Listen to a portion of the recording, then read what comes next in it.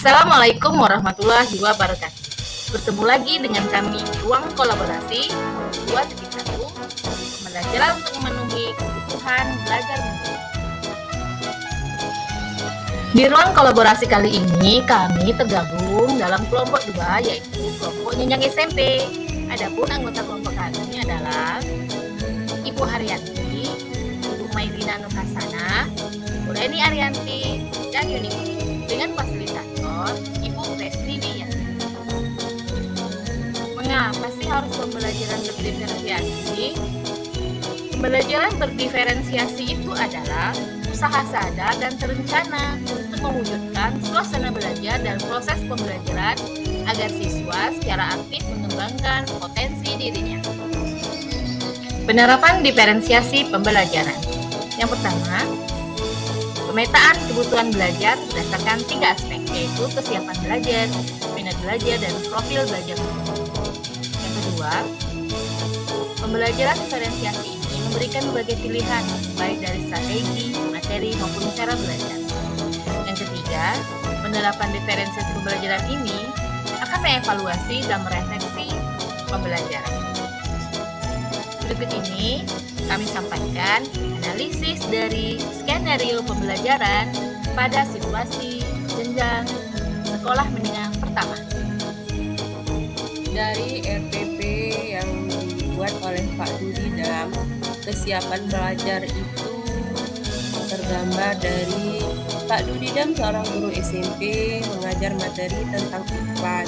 Tujuan pembelajarannya, murid-murid dapat menangkap makna secara kontekstual terkait fungsi sosial, struktural teks, dan unsur kebahasaan dari iklan tentang produk dan jasa.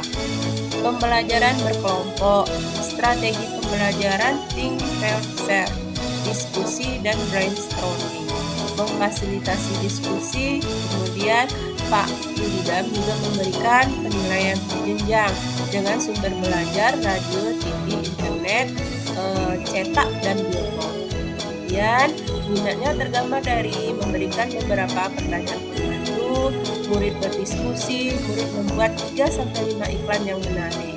Profil belajarnya tergambar dengan Pak Dudidam membebaskan murid dalam memilih lokasi belajar. Syarat utama untuk merancang pembelajaran berdiferensiasi itu adalah kita harus tahu kebutuhan murid. Nah, apa saja kebutuhan belajar murid? Yuk kita pelajari sekarang. Yang pertama adalah kesiapan belajar murid. Kesiapan belajar murid yang rendah yaitu bersifat mendasar, masih benda-benda konkret, sederhana, terstruktur, dependen, terus pelan-pelan. Kalau yang kesiapan belajar murid sudah tinggi, nah murid itu sudah mampu mentransformatif, abstrak, kompleks, terbuka, independen, dan cepat. Kebutuhan murid yang selanjutnya adalah minat belajar murid. Nah, minat ini dibagi menjadi 2, situasional dan individual. Situasional ini dimotivasi oleh faktor eksternal. Misalkan cara guru menyampaikan materinya membuat anak tertarik, atau materi yang saat itu adalah materi yang menyenangkan. Kalau yang individual dimotivasi oleh faktor internal untuk terlihat aktif dalam pembelajaran. Itu dimotivasi oleh diri anak itu sendiri. Misalkan minatnya adalah olahraga, maka dia akan menyenangi pembelajaran olahraga. Kebutuhan belajar murid yang terakhir adalah profil belajar murid. Profil belajar murid ini dipengaruhi oleh lingkungan, budaya, gaya belajar, dan kecerdasan manusia. Selanjutnya, apakah kebutuhan belajar murid yang berusaha dipenuhi guru tersebut? Yang pertama adalah kesiapan belajar murid, yang kedua minat murid, dan yang ketiga profil belajar murid. Pertanyaan berikutnya, Bagaimana cara guru tersebut menentukan kebutuhan belajar muridnya? Yang pertama adalah kesiapan belajar murid tergambar pada saat Pak Dudidam mengidentifikasi kesiapan belajar murid dengan memberikan beberapa pertanyaan pemantik. Yang kedua, minat murid tergambar pada kalimat secara individu. Murid diminta menulis 3-5 iklan yang menarik bagi mereka. Yang ketiga, profil belajar murid tergambar dari saat Pak Dudidam mendorong murid untuk memilih lokasi di kelas yang mendukung cara belajar mereka dengan baik. Strategi kegiatan pembelajaran berdiferensiasi. Ada 3 strategi. Yang pertama, diferensiasi konten. Materi yang akan kita ajarkan kepada murid, topik apa yang disukai murid. Yang kedua, diferensiasi proses. Bagaimana siswa memahami atau memaknai apa yang dipelajari prosesnya, apakah mandiri atau kelompok. Yang ketiga, diferensiasi produk.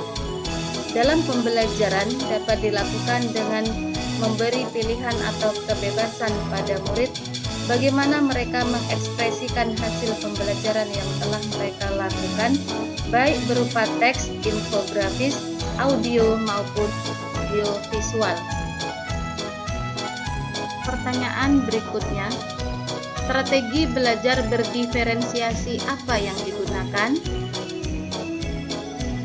Yang pertama, diferensiasi konten. Pak Dudidam melakukan diskusi untuk memperkenalkan murid pada topik iklan dengan menggunakan beberapa pertanyaan seperti apakah yang membedakan antara iklan dengan bentuk tulisan lain? Yang kedua, diferensiasi proses. Pak Dudidam meminta kerja individu dalam memilih 3-5 iklan yang menurut mereka menarik. Yang kedua, murid diminta kerja berpasangan untuk berbagi apa yang sudah dituliskan. 3. Murid diminta kerja kelompok kecil untuk melakukan brainstorming tentang kelebihan dan kekurangan iklan.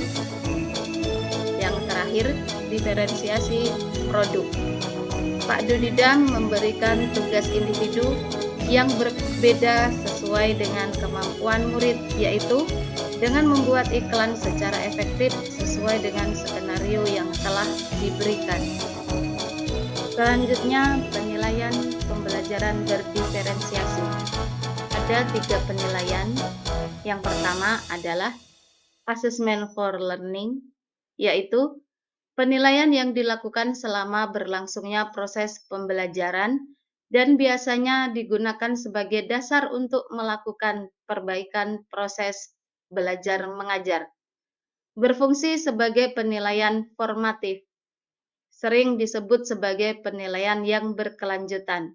Yang kedua, assessment of learning, yaitu penilaian yang dilaksanakan setelah proses pembelajaran selesai.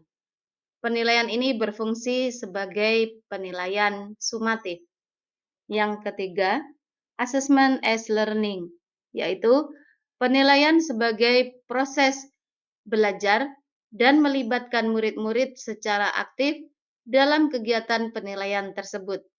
Penilaian ini juga dapat berfungsi sebagai penilaian formatif, membantu guru untuk memahami murid mereka dan memantau proses pembelajaran.